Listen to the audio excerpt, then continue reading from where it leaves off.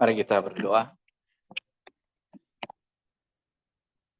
Tuhan Yesus yang telah menjelma menjadi firman, yang telah menjelma di dalam kehidupan kami manusia, hadir di dalam setiap kami melalui Roh-Nya yang kudus.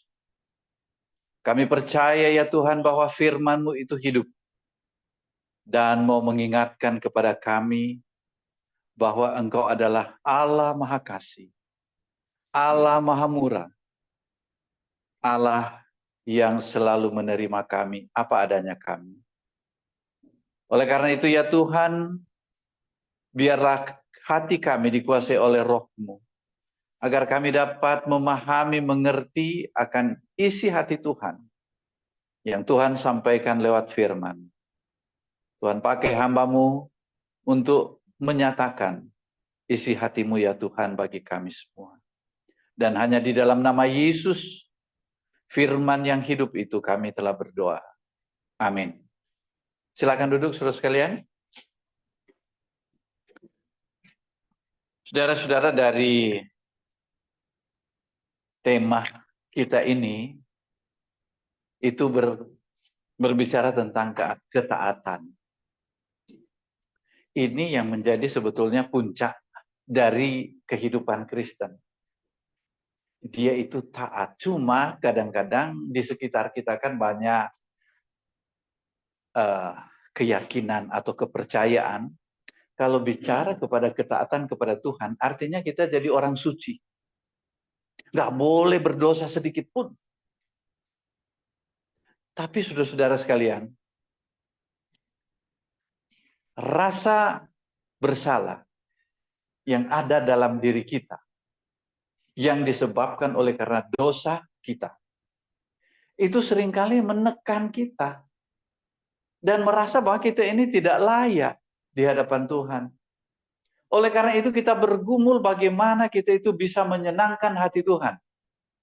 Padahal yang terbalik ialah Tuhan justru telah menyenangkan hati kita, yaitu dibebaskan dari dosa-dosa kita. Dalam iman Kristen, ini berbeda sekali, saudara-saudara sekalian. Kalau keyakinan-keyakinan lain, entah itu percaya kepada dewa-dewa, atau percaya kepada Tuhan sesuai dengan agamanya, pikirannya begini, saya harus mengikuti perintah-perintahnya supaya saya diterima oleh dia. Ini kan yang jadi pergumulan kita. Bagaimana saya itu bisa hidup suci agar saya diterima di dalam surga. Tetapi itu di sana. Dan itu hak mereka untuk berkeyakinan seperti itu. Tapi berita yang disampaikan kepada kita ialah bahwa kebalikan. Terbalik. Dia datang ke dalam dunia ini. Dia mati di kayu salib. Untuk apa? Untuk apa? Menyelesaikan apa yang menjadi pergumulan manusia. Nah, kalau kita bisa bebas dari situ, maka kita menjadi seorang manusia yang utuh. Tidak punya persoalan, tidak mikir lagi bagaimana keadaan saya di hadapan Tuhan. Nah, pikir seperti itu lagi. Yang ada ialah, dia datang dan dia terima kita dengan apa? Dengan membayar, menebus semua kelemahan, dosa, dan keberadaan kita sebagai manusia yang tidak layak. Dan hari ini pun kita tinggalkan dunia ini, saya tidak mau sebut mati. Hari ini pun kita tinggalkan dunia ini, dia siap menyambut kita. Tetapi kalau begitu, orang berpikir begini kepada Rasul Paulus, kalau begitu, mending saya mati sekarang. Paulus bilang, enggak. Kalau Tuhan izinkan kamu hidup di dunia ini, artinya apa? Kamu akan menjadi alatku, menjadi terang bagi mereka yang lain. Supaya orang dapat melihat, inilah kehidupan orang yang ada di dalam Kristus. Kalau begitu, bagaimana dengan ketaatan kita? Ketaatan kita ialah begini, hidup kita adalah hidup yang telah menyatu dengan Yesus. Hidup yang telah menyatu dengan Kristus. Lalu pertanyaannya, bagaimana kita taat? Kalau kita bersama dengan Yesus, artinya kita berjalan bersama, tidak sendiri, kita berjalan bersama Dia. Entah kita mau rekreasi ke Jawa Tengah, ya, saya lihat Pak Gottlieb dengan Ibu jalan ke sana kemari, tapi saya lihat mereka berjalan bersama dengan Yesus. Betul nggak? Iya kan? Mereka berjalan bersama Yesus. Mau jalan apapun, kalau bersama Yesus, kita ada di dalam kebenaran. Lalu dosanya, nggak usah mikir. Sama seperti saya suka memberitahu kepada Ibu Hertina. Ibu Hertina, kalau sakit, jangan dipikirin sakitnya. Sakit itu yang mikir adalah dokter sama Tuhan. Atau Tuhan sama dokter. Karena apa? Karena sakit itu kan berkaitan dengan kematian. Sesudah sakit ya mati. Gitu. Tapi ada orang juga nggak sakit-sakit atau mati. Jadi rumusan itu kita cabut dan kita katakan hidup saya berjalan bersama dengan Tuhan. Hidup berjalan bersama dengan Tuhan itu begini. Kemanapun kita pergi, apapun yang kita lakukan, ingat kita berjalan bersama dengan Tuhan. Jalan bersama dengan Tuhan. Makanya saudara sekalian, di dalam perjanjian lama ataupun perjanjian baru, kata di dalam Yesus itu sering diulang-ulang. Apa kita nggak bosan? Hampir tiap ayat di dalam kasihnya, di dalam Dia, di dalam Kristus, di dalam Dia, di dalam Kristus. Apa kita nggak bosan sampai Paulus harus menulis? Kata di dalam itu sangat penting. Artinya kamu di dalam Dia, kamu terlindung oleh Dia. Lalu apa masalahnya? Masalahnya itu ada di sini. Konsep kita itu salah sekali. Nah, kita kemudian berpikir, saya taat supaya saya dapat berkat. Wah, itu terlalu mengecilkan kuasa Tuhan. Tuhan bilang, bagi saya, bagi Tuhan, aku ini adalah bagianmu dan kamu itu adalah bagian saya. Saya di dalam kamu dan kamu di dalam saya. Apa persoalannya? Tapi kan kita berhadapan dengan ini loh. Buktinya dia bilang kalau kamu taat, kamu dapat berkat. Nah, saya kasih tahu saudara sekalian. Di dalam perjanjian lama, hal yang paling penting, dan ini jarang orang sebut. Orang cuma sebut blessing. Orang cuma sebut Taurat. Tapi ada satu istilah yang orang lupakan, yaitu halakha. Orang Batak tidak susah untuk mengingatnya. Iya, halak. Halak artinya apa? Orang. Halakha, tambah A saja. Tinggal tambah A. Halakha itu artinya apa? Halakha itu artinya jalan. Jadi, ketaatan menurut perjanjian lama ialah Tuhan itu ada bersama dengan kita. Kalau Dia bersama dengan kita, kita berjalan bersama dengan Dia. Itu halak. Ketaatan di sini artinya jalan bersama Tuhan. Jalan bersama dengan Tuhan. Makanya saudara sekalian, waktu pertama kali Adam jatuh ke dalam dosa, dia tidak tanya, kau buat apa? Dia tidak tanya, kau buat apa? Kalau berbuat itu artinya dosa kan? Dia tidak tanya dosa apa yang telah kamu buat. Waktu Adam jatuh ke dalam dosa, walaupun di kitab Kejadian pasal 3 tidak menyebut dosa, waktu dia melanggar perintah Tuhan, apa yang Tuhan tanyakan kepada dia? Adam, di mana kamu? Artinya apa? You ada di jalan saya atau tidak? You bersama saya atau tidak? Itu maksudnya saudara sekalian. Jadi ini pertanyaan selalu sama kita. Dan pertanyaan ini adalah menyelesaikan segala-galanya. Ketika kita jawab, aku bersama dengan engkau. Makanya saudara sekalian, ketika Yesus pertama kali datang ke dalam dunia ini, malaikat suruh namakan apa dia? Immanuel. Artinya apa? Allah beserta kita. Itu adalah berita pertama yang membuat semua orang kaget. Emang dosa kita itu selesai begitu saja? Iya. Yang menyelesaikan bukan kita. Yang menyelesaikan adalah Allah sendiri. Dengan bagaimana? Dia datang dalam hidup kita. Bayangkan saudara sekalian ya, saudara barangkali melakukan pelanggaran hukum di Indonesia. Pelanggaran hukum.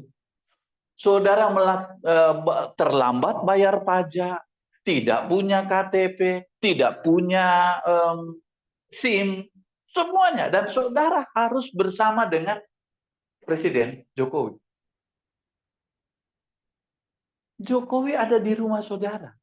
Apakah pelanggaran hukum, tidak punya ini, tidak punya itu, apakah itu jadi masalah? Tinggal main mata kok. Pak Camat aja tinggal di kita, dia tinggal perintahkan pada lurah. Lurah ada di tempat kita. Bapak kita sendiri, lurahnya. Dia tinggal tahu, ini kenapa KTP-nya? Oh baik Pak, baik Pak. Itu baru lurah. Bagaimana kalau dia presiden? Kalau kita mempersoalkan KTP kita itu kepada presiden, itu sama dengan kita merendahkan dia. Seolah-olah kita bilang, ini urusan presiden. Presiden bilang gini, itu urusan lurah, urusan Pak RT lah. Udah nggak usah ke saya. Tapi kalau memang mereka persulit kamu, oke saya turun tangan. Presiden kalau turun tangan untuk hal yang kecil seperti itu, bahaya. Oleh karena itu, saudara sekalian, dalam hidup kita, kalau kita bersama dengan Yesus, Raja di atas segala raja, apapun persoalannya, dosa itu kecil di hadapan dia. Tapi kita bikin besar. Dan itulah yang sebetulnya menjadi tantangan iman kita. Makanya saudara sekalian saya kembali kepada halakha, ketaatan. Ketaatan itu tidak bisa lepas dari halakha. Halakha itu artinya berjalan bersama dengan dia. Oleh karena itu saudara sekalian, kalau kamu bilang ada di dalam saya bersama, kamu percaya Tuhan, tapi kamu di luar jalannya dia itu, jangan bilang kamu percaya kepada Tuhan. Dan Yesus ulangi itu. Kalau kamu di dalamku, ikutilah perintah-perintahku, tapi itu bukan perintah 1, 2, 3, bukan. Kalau kamu bilang kamu di dalam saya, ya jalan, ayo mari. Hal yang paling utama dalam hidup kita, saudara sekalian, yaitu ketika kita yakin bahwa saya ada bersama dengan dia dan segala sesuatu itu beres. Tidak ada masalah. Itulah kehidupan yang sudah selesai. Selesai. Selesai dengan kematian. Selesai dengan penyakit. Selesai dengan masalah-masalah. Selesai. Dan yang paling utama di sini adalah selesai dengan apa kata orang. Itu kan jadi pergumulan kita. Profesor Halamda, yang kemarin sudah jadi berkat bagi saudara-saudara Anglikan kita di Jakarta. Waktu datang ke sini, pilih batik yang bagus ini. Kenapa enggak batik yang sebelahnya? Apa kata orang kalau saya pakai ini? Selalu begitu kan? Liturgos kita, Ibu Natalina, saya lihat bajunya bagus. Pasti dari rumah dia berpikir, saya pilih baju ini. Dan mengharapkan agar supaya mereka bilang, saya cantik. Ya kan? Mikir. Karena kita memang tidak bisa lepas dari penilaian orang. Ini paling berat, saudara sekalian. Apalagi sekarang di Manado itu ada, di Manado Pak ada acara besar. Lebih besar dari Natal. Lebih besar dari Tahun Baru. Tahu nggak acara apa itu? Bukan Pak. Pengucapan syukur. Ya. Itu acara ya di apa namanya melompat di Tombatu itu acara paling besar juga kan? Oh iya, sampai-sampai harus diatur oleh pemerintah Pak. Karena itu acara besar. Nah, pengucapan syukur itu dimulai dengan setiap orang membawa hasil buminya ke gereja. Jadi kalau ada pengucapan syukur di depan sini itu ditaruh ditaruh jagung muda, pisang, beras, semua hasil pertanian taruh di situ. Sekarang sudah mulai modern. Modernnya apa? Udah bawa persembahan, ya, persembahan pengucapan syukur dan perayaannya. Perayaannya ialah seluruh dari kampung manapun datang ke kampung itu hanya untuk mengucapkan selamat, makan kue, makan nasi, makan, wah, itu rame. Rame. Karena itu tidak diadakan serempak, tidak. Per kecamatan bukan, per kabupaten ya. Per kabupaten. Per kabupaten. Wah, itu semua dari kabupaten lain itu datang dari Jakarta pun kalau perlu datang untuk acara itu. Itu Thanksgiving itu adalah hari besar di sana. Dan yang menjadi persoalan, kalau sudah mendekati acara Thanksgiving ini, pertanyaannya berapa ekor babi yang dipotong, berapa ekor tikus yang dibakar. Itu yang paling mahal kan itu. Pokoknya kalau nggak ada tikus bakar, biasa di sini kan ikan bakar kan, ini tikus bakar. Kalau ada itu, pulang itu tamu, ini baru pengucapan syukur. Karena jangan salah sangka, itu tikus bakar itu, tikus itu harus dicari di hutan. Dan itu namanya tikus ekor putih. Dan itu, waduh, kalau sudah makan itu, rasa-rasanya dunia ini milik kita. Istri pun dilupakan. Ya, jadi jangan membayangkan tikus yang di rumah ya. Ini tikus hutan. Mahal harganya. Lebih mahal daripada daging, Pak. Tapi tidak tahu ya kalau RW, karena sudah ada undang-undang ya. Kalau ada anjing yang difoto oleh penggemar pencinta anjing dan kemudian diviralkan, itu orang yang mengeksekusi itu harus dihukum. Harus dihukum. Makanya kalau mau bikin RW ya harus sembunyi-sembunyi lah di mana gitu eksekusinya. Jangan dilihat orang. Ya. Tapi ya memang itu jangan kucing, anjing, pokoknya binatang yang kemudian ada unsur penyiksaan. Itu nggak boleh. Sudah ada undang-undangnya. Nah, saya kembali kepada pengucapan syukur ini. Ini yang paling berat, bukan masalah tikus atau bak atau makanan ini, makanan itu. Bukan, itu enggak. Yang paling berat ialah apa kata orang kalau kami tidak menyediakan itu. Itu berat. Jadi lebih baik mereka jual ini, jual itu, jual cincin, jual emas mereka hanya untuk belanja itu. Dan itu juga pergumulan kita. Saya mau datang ke Ibu Natalina, Bu. Saya mau ke rumah. Bingung dia. Musuh dia apa ini? Ya, musuh dia. Pak Yopi itu senangnya daging ini. Wah, harus ada gitu. Tapi kalau di rumah dia ada lapet, nggak usah, Pak Yopi nggak usah ke sana. Dia bawa. Hari ini pun dia bawa, kalau ingat. Iya. Itu. Ibu Natalina ini luar biasa Tuhan pakai karena apa? Dia itu dia menghayati betul bahwa saya sebagai seorang Kristen, sebagai seorang saya harus punya hati memberi. Ketika dia bawa itu, saya bilang ini luar biasa. Saya tanya kan, ini berapa harganya? Ambil saja Pak. Jadi saya makan 2 gitu. Ya, enak. Lapetnya itu enak. Ya. Nah, ini saudara-saudara sekalian, apa namanya itu? Pergumulan-pergumulan kita ini harus dilepaskan. Pergumulan tentang ketakutan ini lepaskan. Apa kata orang? Lepaskan. Dan inilah yang disebut dengan ketaatan iman. Nah, kalau saudara sudah bilang begini ya, apapun kata orang, saya tidak peduli. Yang saya peduli ialah apa kata Tuhan. Ini iman yang luar biasa, saudara. Ini iman yang luar biasa. Itu berangkat dari tadi. Konsepnya ialah Tuhan di dalam perjanjian lama itu nggak kelihatan kan? Nggak kelihatan. Dia cuma kedengaran suaranya di semak-semak. Musa, tanggalkan kasutmu. Mana dia? Cuma kelihatan api yang menyala-nyala. Orang Israel berangkat dari Mesir menuju Kanaan, nggak kelihatan Tuhannya.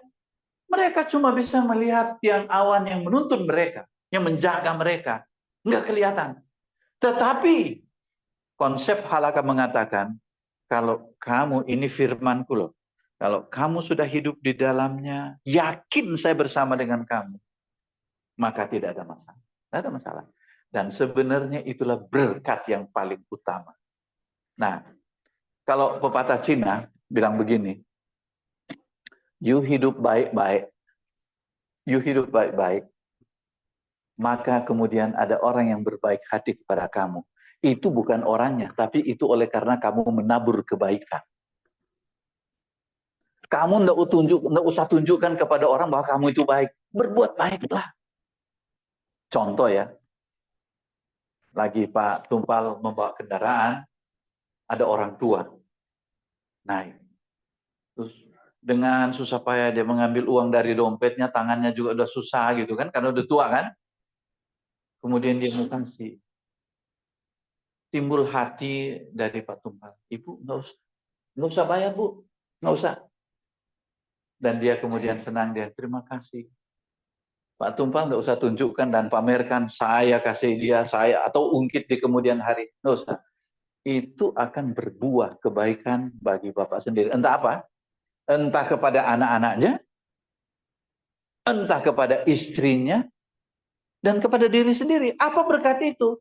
Dia dikasih kesehatan. Dia dikasih kedamaian. Ya, walaupun Pak Tumpal sering tinggalkan, tapi istrinya merasa suami saya mencintai saya. Wah, itu berkat itu. Ya. Jadi saudara-saudara sekalian, konsep pepatah Cina ini ialah, you berbuat baik, you akan menerima sendiri. Nggak usah itu kesana kemari, nggak usah. You punya hati untuk memberi, nggak usah dipamerkan. You akan menerima sendiri dengan cara yang misterius, yaitu berkat dari Tuhan. Nah, kalau kita tidak berpikir begitu. Kita cuma berpikir ialah, ini kan firman sudah ada. Baca Alkitab itu artinya apa? Mendengar Tuhan berbicara kepada kita. Dan Tuhan bilang, ikuti aja itu. Ikuti itu. Tapi Tuhan, saya nggak sanggup. Ini terlalu berat. Banyak tantangan seperti Rasul Paulus yang dibacakan tadi kan begitu. Banyak tantangan, banyak godaan. Tuhan bilang, nggak usah pikir itu. Sejauh saya berjalan bersama denganmu, saya yang kasih kekuatan sama kamu. Jangan ukur hidupmu dari pencapaianmu, dari usahamu. Jangan ukur hidupmu bersama dengan saya atau tidak. Nah, dengan demikian, saudara sekalian, kalau Alkitab tadi kita dengar, kalau kamu ikuti perintah-perintahku, maka kamu dapat berkat banyak. Saudara sekalian, di dalam Yesus, semua perintah-perintah itu ada di dalam Yesus. Makanya orang bilang, apa yang menjadi keinginan Allah itu, kata Rasul Paulus, seluruh kepenuhan Allah telah berdiam di dalam Yesus. Lalu kita bagaimana? Ikuti dia aja. Betul nggak? Ikuti dia aja. Kalau Anda mau ingin jadi orang pintar, nggak usah masuk ITB. Nggak usah. Deketin aja profesor dari ITB. Deket-deket aja dengan ahlinya dari ITB. Anda akan jadi pintar seperti dia. Asal tiap hari les. Ikuti rumus-rumus fisika. Ini kan profesor fisika, ahli fisika gunung berapi kan? Jangan tanya kepada orang lain, tanya kepada Pak Alamsa. Nah, ini adalah satu analogi bagi kita. Kalau saudara punya persoalan berat, Anda itu tidak usah kursus bagaimana menyelesaikan persoalan di sebuah institusi institut penyelesaian masalah. Tidak usah ke situ. Dekat dengan ahlinya, yaitu Yesus Kristus. Anda berjalan bersama dengan dia. Bagaimana kita berjalan bersama dengan dia? Yaitu baca Alkitab lah. Baca Alkitab itu bukan cari apa yang saya ikuti. Enggak. Cuma bikin tahu hati Tuhan itu kayak apa sih? Baca. Lalu bicara dengan dia, itu komunikasi dengan dia. Saya yakin Anda itu tiap hari bersama dengan Pak Alamta, dengar apa yang diajarkan. Cara kuliah kan dulu zaman Aristoteles kan begitu ya Pak ya. Nggak ada kampus dia. Yang ada ialah berjalan bersama dengan Plato, berjalan bersama dengan Socrates, berjalan bersama dengan Aristoteles, Anda jadi pintar seperti dia. Dan itulah yang dilakukan oleh Yesus dengan murid-muridnya. Jalan bersama dengan dia. Ikuti dia. Baca isi hatinya. Anda akan lihat di sana bahwa semakin hari Anda semakin menyerupai. Bukan menjadi sama dengan Yesus. Semakin menyerupai Kristus. Dan kita tidak akan menjadi sama sempurna seperti dia sampai mati. Enggak. Tetap kita adalah ciptaannya. Tapi kita menyerupai gambar rupa Allah di dalam Kristus. Saya kira saudara sekalian, firman Tuhan hari ini akan membebaskan kita dari beban yang menimpa kita dan kita menjadi selesai di hadapan-Dia. Tuhan, ini aku bersamamu, tidak ada menjadi persoalan dalam hidup saya. Kalau saudara mau berbicara seperti itu, itulah iman yang besar. Kita tundukkan kepala. Kita berbicara kepada Tuhan. Katakanlah, Tuhan, aku hanyalah ciptaan. Aku tidak sanggup menjalani perintah-perintah-Mu. Tetapi aku yakin bahwa ketika aku berjalan digandeng, Tuhan menjadi gembalaku, Engkau bersama dengan aku kuat karena Engkau kuat. Aku bisa karena Engkau bisa. Aku bahagia karena ada bersama di dalam Engkau. Terima kasih Bapa di surga untuk firman-Mu yang telah memberikan kekuatan kepada kami. Biarlah Tuhan, mulai hari ini, kami tidak perlu takut. Kami tidak perlu gelisah, karena Yesus bersama dengan kami. Dan hanya di dalam nama Dia, kami alaskan doa ini. Amin.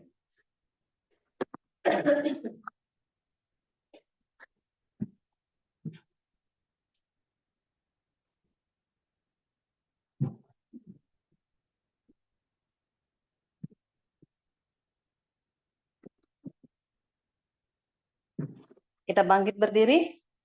Kita akan mengikrarkan pengakuan iman kita bersama-sama dengan semua orang percaya dari segala tempat dan dari segala abad. Marilah kita mengikrarkan pengakuan iman rasuli bersama.